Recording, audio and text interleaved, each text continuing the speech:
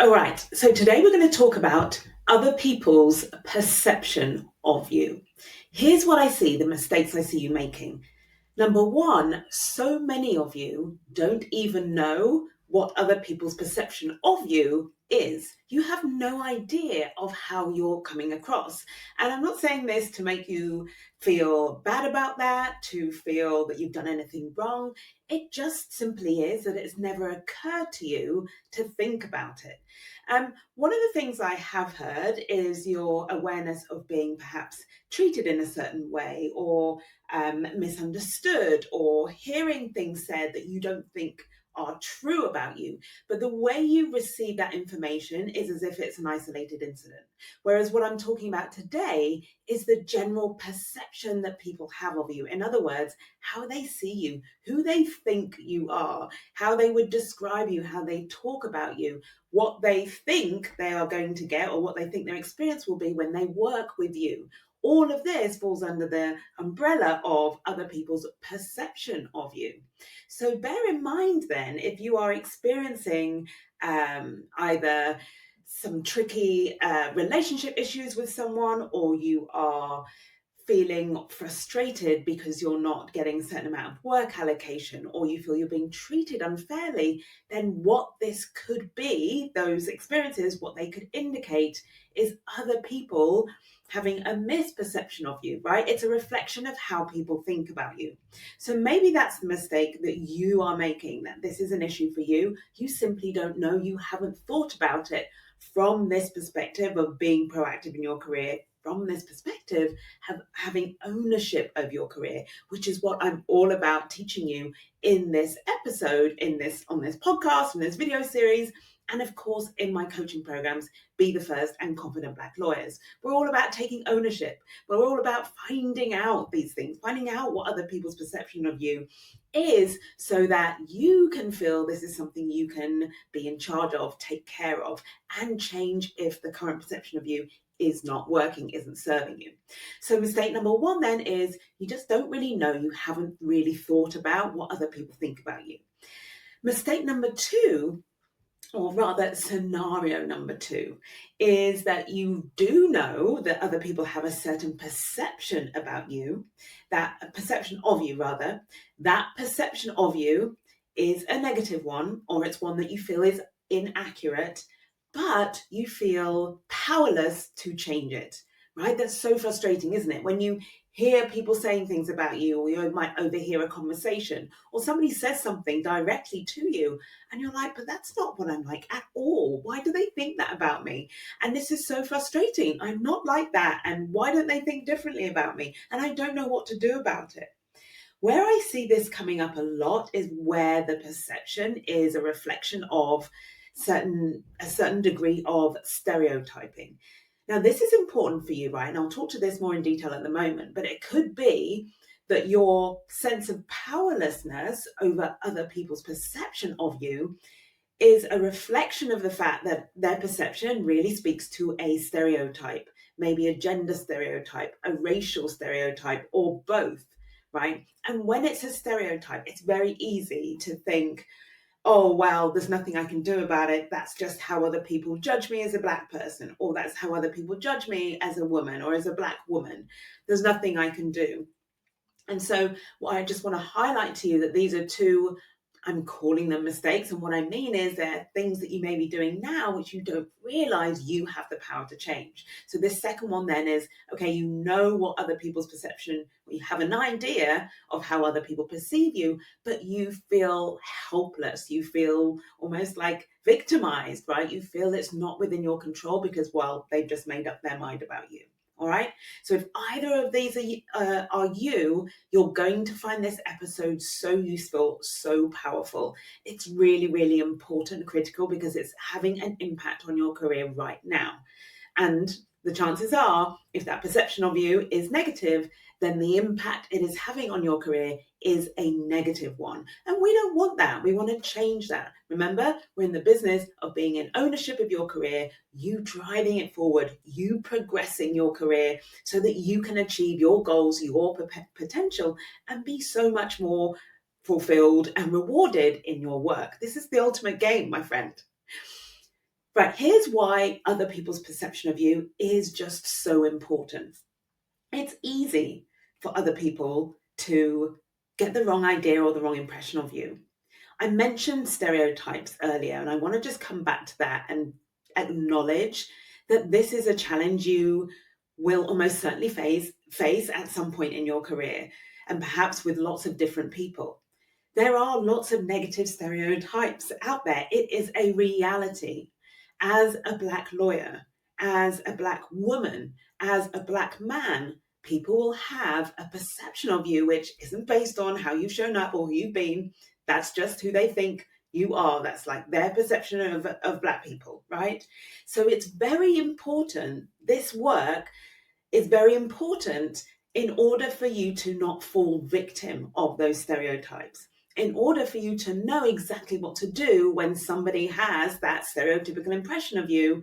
They're treating you in a certain way based on information that's been either that's learned from other people or from their culture or from, quite frankly, ignorance, which is often where these negative stereotypes come from. Yeah, it's very important that you don't let that be the final say. Don't let that be the final word about who you are in your organization and where you can go in your career. Absolutely not. So it's very, very important you're aware of the fact that even without doing anything wrong, there can be these negative stereotypes. And what I want to say is, it's not a problem. And I don't mean that it's not a problem in the world and we shouldn't want to um, eradicate, remove all negative stereotypes. It would be a wonderful world if we could do that, if there was no negative stereotyping. What I mean when I say it isn't a problem is it isn't going to stop you. It doesn't have to stop you, right? And what I'm going to teach you in this session and explain to you in terms of what you can do about this, that is going to give you your power back. It is going to show you that you do not have to be stopped and held back by these negative stereotypes. It's a very important skill that I'm going to be sharing with you. And even if you don't need it now, the chances are as you get more and more senior, as you progress into whiter and whiter rooms, as you grow your network, exposed to more and more people, the chances are you will, at some point in your career, encounter negative stereotypes. So knowing what to do about that, how to rebut them, how to take control of the narrative to shift it in your favor is very, very important, both for you being valued, but also for you getting where you want to go in your career. The second reason why this is so important is because people's perception of you informs their treatment of you. And this applies both in your day-to-day experience, so of being a lawyer and interacting with people, right, as well as your desire to progress, your career progression. So if people have a perception of you as, I'm going to use like an extreme example, but if people perceive you as lazy, then of course they are not going to be turning to you to give you a certain amount of work allocation, right? Or certain types of work, which requires someone with a work ethic or requires someone with an attention to detail. If they see you as sloppy, for example, if that's their perception. If their perception of you is that you are someone who is always late. I'm picking up on a common negative stereotype with Black people. You know that one, right? Black people are always late. It's an interesting one, that one, because I often hear it more within the Black community than I hear through or out of the mouths of, say, your white peers. But it is one of those stereotypes. I think that's just quite interesting. Write in and let me know why you think that is. But let's say that somebody, your boss, the partners, even your peers, have this perception of you that you're always late. That is going to inform how they treat you, what they include you in, what they invite you to. It's going to inform their decisions about promoting you. So if that is a perception they have and that perception is wrong, then you want to be able to change it. You need to know that that perception is out there and you need to take ownership and be intentional about changing it. Because otherwise you are being unfairly held back, you are being unfairly disadvantaged, missing out on opportunities, not getting the support that you want and need to progress. Yeah. So the second reason I want to really just plant in your brain as to why this work is important, why you should care about it, is that other people's perception of you is what determines how they treat you and how willing they are to support you and promote you. The third reason this is so important is because one of the things you want to be doing in your career is increasing your visibility. Inside Be the First, this is one of the 5 vital steps that you follow to progress your career as a mid to senior level Black lawyer increasing your visibility, being known is very, very important. It's a key skill. Can't get promoted if no one knows who you are, right? They don't know who you are. They don't know the value you bring. Nobody's going to be supporting you to be promoted. No one's going to be voting in your favor when those votes count, right? When the decisions are made about who to be promoted. So being visible is a core step. Here's how this connects to other people's perception of you. If other people have a negative perception of you, one, or even just a perception of you which isn't true or isn't the whole truth, what you will be doing inadvertently, if you don't take ownership of this particular aspect of your career, what you'll be doing inadvertently, if you're busy raising your visibility, raising your profile, being seen on social media, or you're putting on trainings, you're inviting clients and hosting client events, if you're doing all this wonderful work to increase your visibility, that's all going to be counting against you if the perception other people have of you is a negative one or the wrong one. I want to give you an example. The number of times, I was actually going to think of a specific client, but it's actually been a lot of times where I've seen this, and I've heard clients bring this to the coaching sessions inside Be The First, but also even at conferences when I'm talking to you after I've done a keynote, for example, or after a breakout session. What I hear a lot is you saying about how visible you are, how visible you have been, as a result of all of the DE&I work that you have been doing. You've been organizing DE&I events. You've been promoting, coming up with all of these initiatives. You've been leading affinity groups. You've done all of this, which is tremendous work. So you are highly visible. But what you have overlooked, so many of you, is the fact that you've made yourself visible for the quote unquote wrong reasons. Now, if you want to be promoted and given more opportunities within the diversity and inclusion space, then fantastic. Raising your visibility when other people perceive you as the D&I champion, that's all going to align. It's all going to work in your favor. However, if you have been raising your profile, being super visible, being a D&I champion, and that's like everybody knows you as that, but what you actually want to be is the new project finance partner, then people don't know you. They don't see you as that project finance partner. They're seeing you as something else. They're seeing you as a D&I champion, right? So their perception of you is someone who's working internally for the greater good of mankind. Now, as I said, it's not only about there being negative perceptions of you. There can also be very positive perceptions of you, such as you doing everything for the good of the entire world. That's a very positive thing for people to think about you. But let's get real here. That is not going to get you promoted. Being known, being visible, people perceiving you as the one to go to if there's been any kind of injustice, or we want equality, want to show that the firm is diverse or the organization is really inclusive, that's why they're going to go to you. Yeah. And that's not going to serve you in your desire to be promoted to the next level. And that's what I'm teaching you. That's why you're here. That's why you join or are thinking about joining and are going to join. I'm going to tell you about your opportunity to join in the next round at the end of this episode. So stay tuned. But that's why you're here. And that's what I'm here to teach you, is how to progress your career, how to progress as a lawyer, not as a D&I champion. The two absolutely can coexist, but I don't want you to have any confusion that what you're doing in the D&I space is necessarily going to put you forward, right? Is going to help you when it comes to progressing in the mainstream of your career. It might do, it might help, but it's not enough on its own. So be extra aware and extra careful of that. So to sum up then, 3 reasons why I want you to, now that I've talked it through, to remember why this work on thinking about other people's perception of you and whether that aligns with your career goals, with your desires, with how you want to be perceived. The 3 reasons to keep in mind why this is so important is that, number 1, all the negative stereotypes doing the rounds, right? They are out there, you will encounter them. Number 2, other people's perception of you informs how they treat you and their willingness to promote you. Number 3, when you're increasing your visibility, you're out there being visible, being seen, meeting more people, right? What happens is you are increasing your visibility in the, how did I describe it? You are becoming more and more visible for the reasons why, or in a way, that reinforces other people's perception of you. Let me try that again. So the third reason why it's important is because in all of your efforts to increase your visibility, what you must know is you're becoming more and more visible, right, in all of the ways that other people perceive you. Yeah, so you're just amplifying what people already think about you. So very important, based on all three of those points, that you have ownership over how other people perceive you. And if it's not if it doesn't align with your goals, you then take the steps to change it, which is what I'm going to help you do in this episode. And it's absolutely the work we do inside Be the First. So let me tell you about that for a moment before I give you the few steps that I recommend you take in order to get started on this process of really taking control of, I call it taking control of the narrative.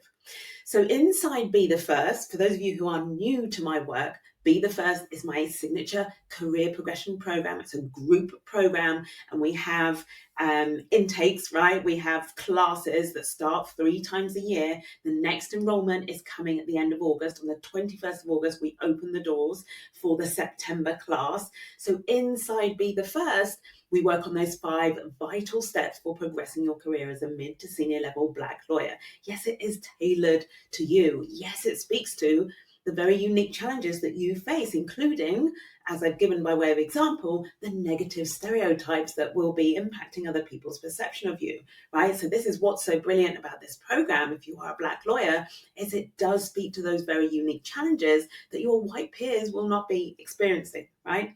So what we do inside Be the First is we work on those 5 core vital steps. I talk about them all the time. I'm going to be talking about them increasingly as we go over the next few weeks, and make sure you tune in every single week.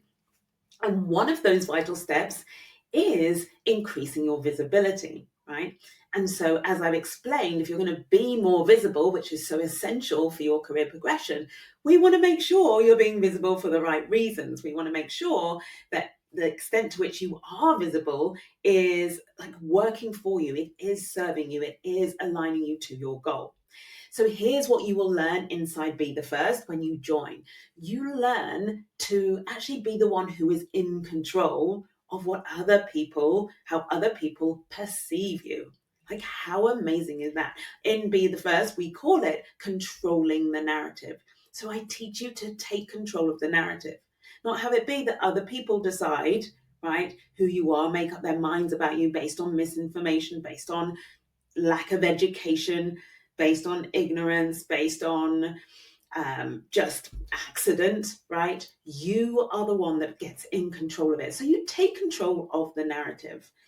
I'm going to give you an example of this that I've had an experience of for myself. So, for example, and actually, this is something, I know which example I'm going to give you because it's the most powerful one I can give you in the context of Be the First. So other people may even have the perception of you as being the only one, or she's the only Black one in the room, or he's the only Black person in the room, or he's the only Black lawyer in this team. Okay. And what I'm doing here is I'm flipping on its head what sometimes you think about yourself, but because it really could be that other people perceive you as being the only one as well. So one way in which you would take control of the narrative, and it's something I teach, really a strong message of strong philosophy that threads throughout all of our work together in Be the First, is you're not the only one. You're the first. And the difference between that is the difference between night and day. Being the only one, being small, being like the victim, being the one that things happen to. That's what all of like being the only one conjures up. And you'll know this because when you think, I'm the only one, like just think, have awareness of how it feels in your body, how you feel, how big everything seems, and how small you feel next to it, how powerless it leaves you feeling. Now switch to thinking, I'm the first. And it completely changes how you feel physically in your body immediately. There's a different change. There's a completely different sensation, right? It's a different experience. To think I'm the first is, I know when I think it, I take up more space, I'm more animated, I'm taller, I'm clearer, I even speak more slowly, but I project my voice more. I'm more confident, I'm braver for sure, like I'm more I was going to say I'm more sure of what I do, but at the same time, even where I'm not sure, I'm much more courageous. So I'm a completely different version of me when I think I'm the first. And so what I want to offer, if other people start off thinking of you as the only one, but actually you can change their perception of you. Like you decide, actually, I'm not the only one, I'm the first. You can impact how they think about you too. So suddenly now, because you've taken control of the narrative, you've switched that narrative around from, oh, poor me, the victim, to being, look at me, I'm the first. Like, just imagine, what does it say about me being the first? Just think about that. What do you see? Like really owning that I'm the first, and that changing other people's perception of you. You have controlled, you have changed the narrative. Yeah, you've changed what other people think about you. As a young girl growing up, I remember hearing, or I remember experiencing as well as hearing, negative stereotypes around Black people being late, negative stereotypes around I don't know what the specific wording of it was, but I had such a strong experience of like not being taken seriously as a Black person, being talked down to, being disrespected, being like the words used to sort of offend and insult me, right? And I remember like also observing in my community how Black people were treated. And I grew up in a very poor, was then very poor part of London, South London, and also I grew up in my earliest years in a very poor part of Birmingham. And I did actually see the way a lot of young Black children carried on. I saw a lot of the way that young Black people, and also young white people, but obviously my attention was drawn to people like me, how they behaved, how they their appearance, how their attitude, right? And I remember thinking, I do not want to be perceived that way. I don't want to be perceived as someone who's less than, someone who's white and of my same age. I don't want to be perceived as somebody who's ignorant. I don't want to be perceived as someone who can be treated badly and it won't matter. I don't want to be perceived as someone with a bad attitude, right? All of these things. I don't want to be perceived as stupid. So, and I for sure lent into, there's a sort of like not wanting that negative perception, but also I was choosing how I did want to be perceived. And one of the things I was very proactive about was my appearance. It was about how I, not consciously like how I spoke in the sense of like my accent, but the language I used, the way I presented myself, all of that I knew impacted other people's perception of me, because I could see how people behaved differently towards me when I showed up looking like well presented, for example. I think it's one of the reasons why it's just ingrained in me to always be well presented. I always am. It's just in my DNA now. Some people say to me, oh, like you don't have to dress up, or you don't need to wear makeup every day or do your hair. I don't do my hair every day. But like, oh, just be yourself. And I'm like, no, you don't get it. This is me. This is as real as it gets. This is me from the minute I wake up to the minute I close my eyes at night. I take my makeup off, but you know what I mean? Like, this is me in my natural state. And it is because from a very young age, I decided, I chose, I'm going to be in control of this narrative, right? And I'm changing other people's perceptions about me. And now it's even to the point where I love, if somebody misperceives me, has the wrong impression of me, I love proving them wrong. I love changing the narrative. I love like allowing them initially to be wrong about me and then showing them that they're wrong about me and then have their perception of me change. I feel so powerful in my ability to do that. And this is something you will learn and be the first that will serve you your whole life. It will change your experience in the workplace. It will change the speed and effectiveness of your career progression work. It will change the speed at which you are progressed. It will impact you outside of the office as well. It will impact how people treat you, your ability to perceive, your ability to perceive how they're perceiving you, but to witness, to notice how other people are perceiving you, and then change that. If that perception that they have of you isn't the right one, isn't one you like, isn't one that serves you.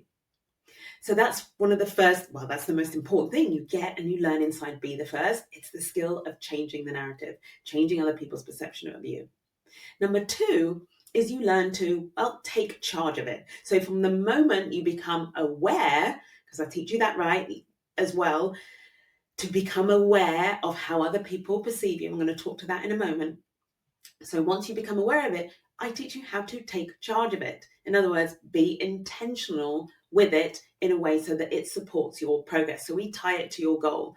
And we're like, okay, so how can we influence other people's perception of you in a way that helps accelerate you towards your goal? The third thing we help you do, or the skill you learn, is to just change it completely, right? And I guess all of this is under that, perhaps under the umbrella. Now I think about it, it's under the umbrella of taking control of the narrative. But these are the specifics, right? You learn how to spot other people's perception of you. You learn to take charge of it. See it as something you can change. You learn then how to change it, what to do differently to create a different impression of you. And then you also learn, of course, and this is the core bit of that step number 4, the vital steps. Number 4 of 5 vital steps is you learn how to increase your visibility for the right, quote unquote, right reasons, meaning the reasons that serve you when it comes to progressing your career. So that refers back to my example of being a DE&I champion, and that being not how you want to increase your visibility if what you actually want is to be taken seriously as a finance partner and bringing in new clients. Make sense? Okay.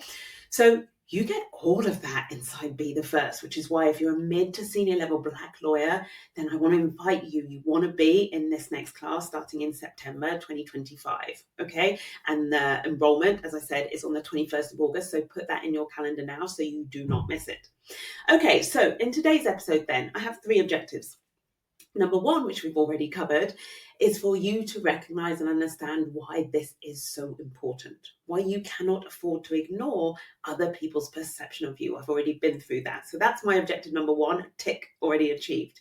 Objective number 2 is I want you to learn, I want to help you learn how to identify, understand it. I literally want you at the end of this episode to have your radar out, right? Your ears open, picking up hints and clues that indicate, that suggest to you how other people might be perceiving you. And then number 3 is I'm going to tell you how to change that perception if it's not one that serves you, not the perception that you want other people to have of you. All right? So we've talked about the importance, that's covered. Now, let's talk about how you know. Like, how do you know what other people's perception of you is, how they perceive you? It's simple. What are people saying? Like, ask yourself this question. What do I hear people saying about me? Now, that can be about you to other people. You might overhear it. You might be told secondhand that somebody may have mentioned something about you or referred to you in a certain way. Or you might actually be told it directly. So I want you to think about there being formal and informal feedback that you're getting all the time on how you're coming across, right? So even if you are a certain way, you may be coming across in a different way, and that is influencing other people's opinions of you or perception of you. So have your ears open, listen for formal and informal feedback, because all of that is telling you, it's giving you clues as to how other people perceive you. One example from a client inside Be the First. She kept hearing, "You're very corporate." Yes, you're very corporate. Oh, yes, she's very corporate. And it was a common thing being said. And this is a clue to you. If you hear something repeated over and over again, especially if it's different people saying it, then that, my friend, is a perception they have of you, for sure. If you're hearing the same thing over and over again and you're hearing it from different people, or you're hearing the same thing from different people, that is a reflection of how people perceive you. You want to pay very close attention. Another client, and I've had this in several different groups from several different conversations, is people saying, "Oh, well, she's a safe pair of hands," or "she's a workhorse." That is a clue as to how people think about you. They think about you as someone who is steady, who is safe, who is, yes, good at what you do, who is reliable. And like, what's wrong with that? It does sound fantastic, doesn't it? But what I want to remind you of is aligning other people's perception of you with where you want to go. So if you want to be made partner next year or the end of this year, you're on the partnership track, and people are saying, yes, she's a safe pair of hands, oh yeah, she's a real workforce, she'll do it, that should be ringing alarm bells. Because typically, I have not heard, I'm trying to think if I know of any partners who were promoted to partnership because they were a safe pair of hands. I certainly don't know anyone made up because they were a workhorse. That is not what is valued at partnership level. So you want to be paying attention, not just listening out for what somebody might be saying about you or to you that is negative. Also listen for the positive feedback, the positive comments that you're getting, but listen for them and ask yourself, do they align with where I want to be? Is that perception that they have of me going to make them more likely to promote me? Is that going to make them more likely to give me the opportunities I need to show my value at the higher level, showing I belong in that room, the room full of partners? Okay, so listen out for everything, the good, the bad, the ugly, whatever people are saying. Listen for the hints, listen for the repetition. And just as a general, a bit of a like health warning here, do be mindful of who's saying what. Okay, so it could be you've got some particular partner who's made a comment about you or has a perception of you, and you don't like it and you want to change it and you don't know where it's come from, or it might be some negative stereotype. Bear in mind, what you want to do is not give that too much weight when like you've got 10 other partners who are singing your praises and saying how fantastic you are. Okay, so don't fixate on the negative. Don't get caught up and give too much weight to like isolated bits of feedback or isolated people in your organization who have a certain perception of you, when that perception of you doesn't actually match the perception everybody else has of you. So be careful to give every source an appropriate amount of weight when you're evaluating all of the information you gather in this exercise of like listening for what people say. And then connected to listening to what people say, I would also invite you to read the signs. Like, what type of work are you getting? What type of opportunities are coming your way? Are opportunities coming your way? What type of support are you attracting? What sort of clients are you being given? All of this is quite sort of not secondhand, it's like second tier almost information about how you might be perceived. I don't want you to overthink this, but I do want you to be aware and alert to the fact that if you've been frustrated getting a certain type of work, right, and that work is always, to use the workhorse example, that work is always the drudgery, it's in the weeds, it's beneath your pay grade, then that is a sign that people perceive you as being at that level. Okay, so take that into account, take that as one of the signs and use that in this exercise of understanding other people's perception of you. And then if you need to, if that perception doesn't serve you, changing it, use all of that information that you gather in this part of the exercise to inform what that perception is. All right. Okay, so objective number 2 is achieved, is me telling you how to figure out what other people perceive, how other people perceive you. I should probably add the third one, actually, which is the most obvious, and I mustn't overlook the most obvious. You can ask people. So you can actually ask. And you can ask people what they think of you. That can be really challenging, right? If you're not very confident or you're worried about what the answer is. But perhaps if that's too challenging, then you can ask, how am I coming across? Like, what impression did you have of me in that meeting? What a great question to ask the partner who took you along to a meeting. How do you think I came across to the clients? Or you could ask somebody you work with or for, what are people saying about me in the room? What's coming up? Does my name come up? How do people think about me? What's their perception? Like, you could be actually quite direct and just ask. So there, I've given you 3 ways of figuring this out. What you hear people saying, what you notice in people's behaviors, and then third, just going and asking, right? Either directly or indirectly in a way that perhaps gives some context, is like you want to understand. Make sure that you're coming across in the way in which like you're intending, right? We always want to come across as the most professional, as the most capable, as trustworthy, as someone that like clients can trust, someone who performs to the highest standard. So if you already know how you want to be coming across, it's very easy for you to say to your boss, your partner, Like, am I coming across this way?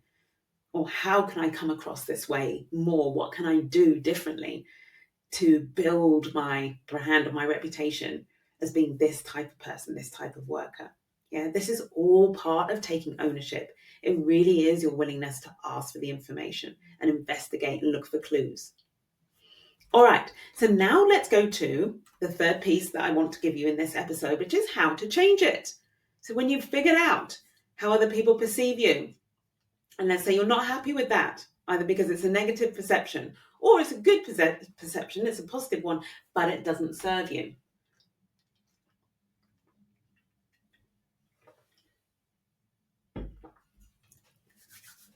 So let's talk about how you do that. And it's simple. Build your brand. You must build a brand. If you think about it, other people's perception of you really is your unintentional brand. Meaning, like, because people always have an opinion about you, they have a view of you. You already have a brand, whether you built one on purpose or not. So other people's perception of you is basically your unintentional brand.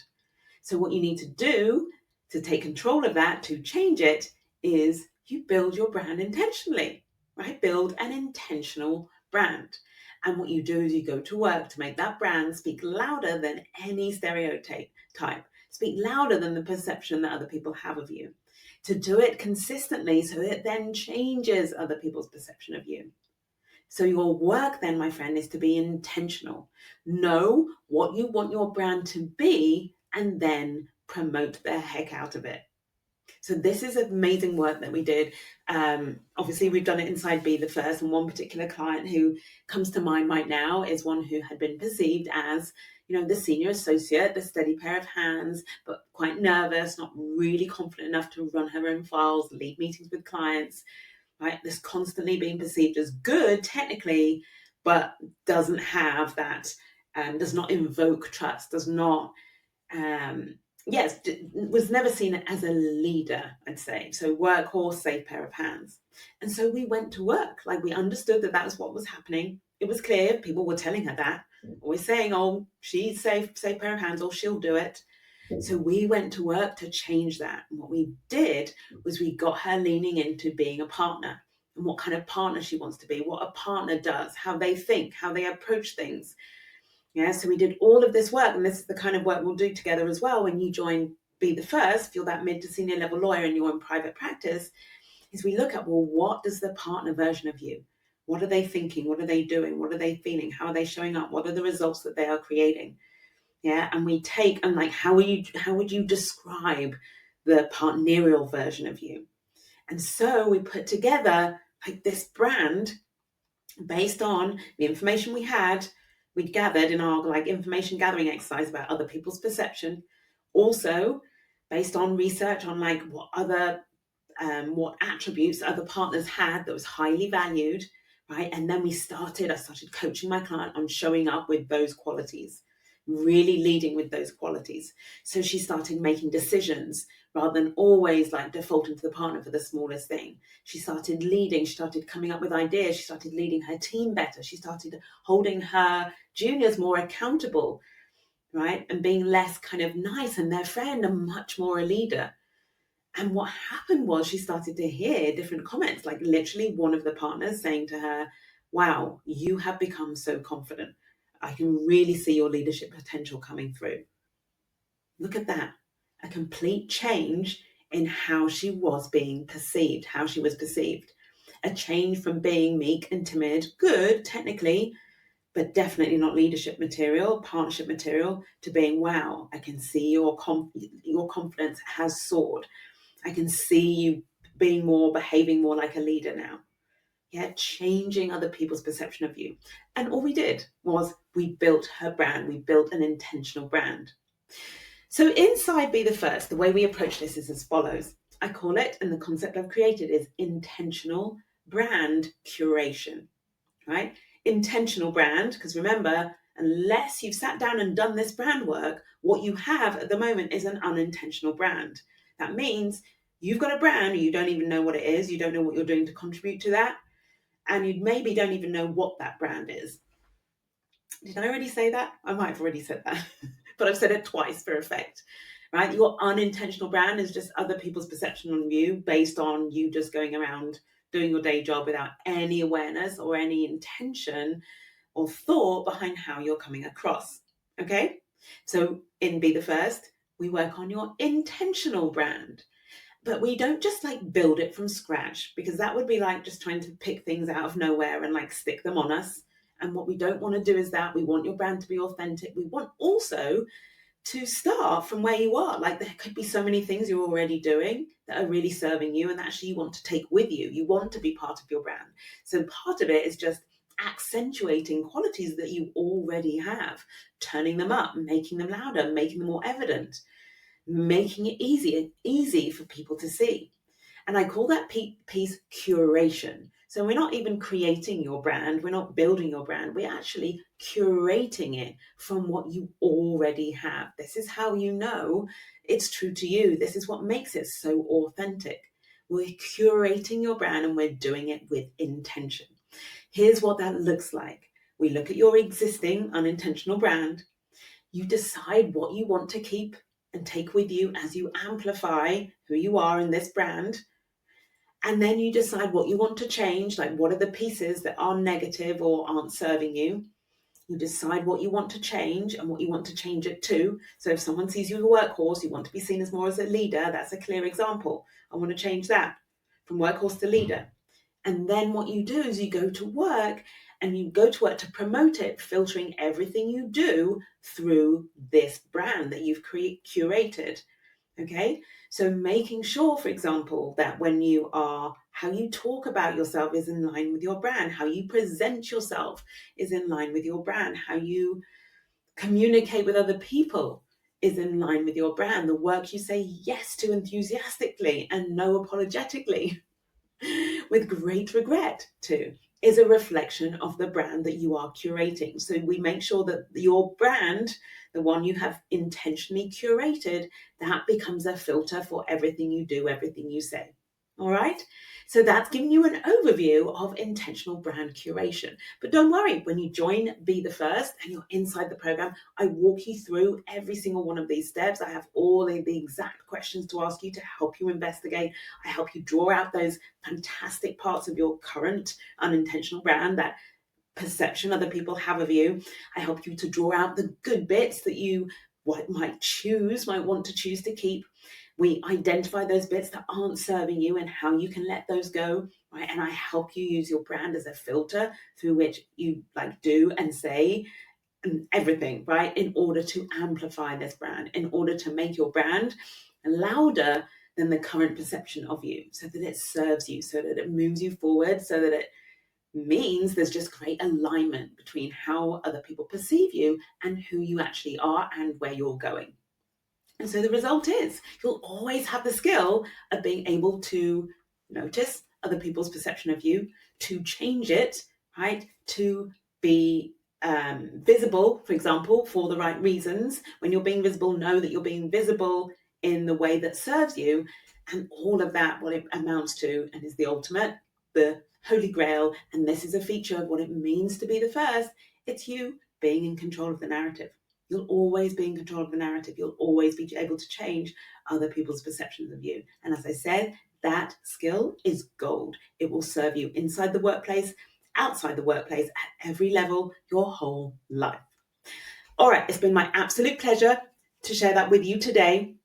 I want to finish by reminding you that Be the First, the next class, the class of September 2025, I'm enrolling for that. Enrollment opens on the 21st of August 2025. It's still a good month away. What is it? A month, 5 weeks away. So I want you to hold that date, save the date in your diary, 21st of August. I know it's a time of holidays and school, kids off school and all of that stuff, a lot going on in August. However, and actually that's why I'm telling you so far ahead of time, make sure you get that date in your diary. I will be opening the doors for 7 days only. So you want to be ready. You want to be listening out for the podcast. You want to be following me on social media and making sure you do not miss the announcement.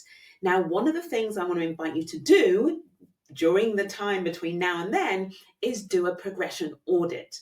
A progression audit, I spoke about it last week in the episode 94, Are You Ready to Progress? And it's a fantastic way for you to get ready for starting in Be the First in September. I think I mentioned last week that this is one of the first things I get you to do is just do an audit of where you are right now in terms of what do you have those 4 pillars supporting you in your career at this level. There are 4 pillars that you want to that are necessary rather to sustain you at every level of your career. So when you are progressing, you want to make sure that those 4 pillars stay intact, or where you've identified that you're weak in a particular area, we want to make sure we include that as part of your progression plan. It doesn't mean if you haven't got those 4 pillars intact that you can't progress. Absolutely not. It means we want to make sure we pay attention to, we take care of any area, any one of those 4 pillars that are there to sustain you in your career. Any one of those that is a little bit weak, a little bit compromised, is a little bit further behind. Yeah, it's all part of your progression plan, because I only want you progressing if you are going to progress to the next level and be supported there, like your health be intact, you know how to look after yourself, you know how to look after your relationships, you believe in yourself, you have confidence at your core in who you are, and you've got the support, you've got people there behind you. So those are 4 core pillars that we always take care of alongside the progression work we do around those 5 vital steps. So all of that, of which, just to say, the progression audit is the perfect way for you to get ready for enrollment when it happens on the 21st of August. It will tell you everything you need to know about your readiness to progress and what you want to include in your progression planning plan that we do the minute you join the program. All right, so I'm going to do 2 things. What am I going to do? I'm for sure going to leave you the date. I'm going to put in the show notes the date for the next enrollment, 21st of August. And I'm going to include a link to the progression audit, which is going to help you figure out, understand just how ready you are to progress, and any area in which you're not ready, and make sure it's clear to you, and it will reveal to you rather, that that is an area to include in your progression plan. I think I got the words out in the end.